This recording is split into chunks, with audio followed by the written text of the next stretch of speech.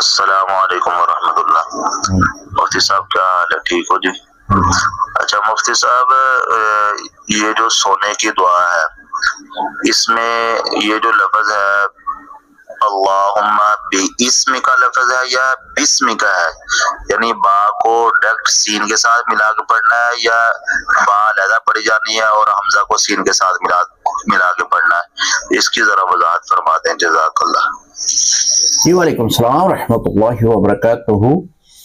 با کو سین کے ساتھ ملائیں گے کیونکہ یہاں پہ جو الف ہے وہ ساکن ہے، تو لہذا با کو سین کے ساتھ ملائیں گے بسم کا۔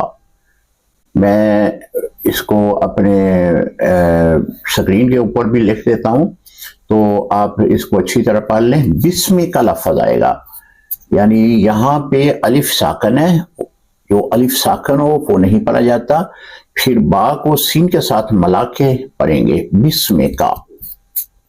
السلام علیکم ورحمۃ اللہ وبرکاتہ۔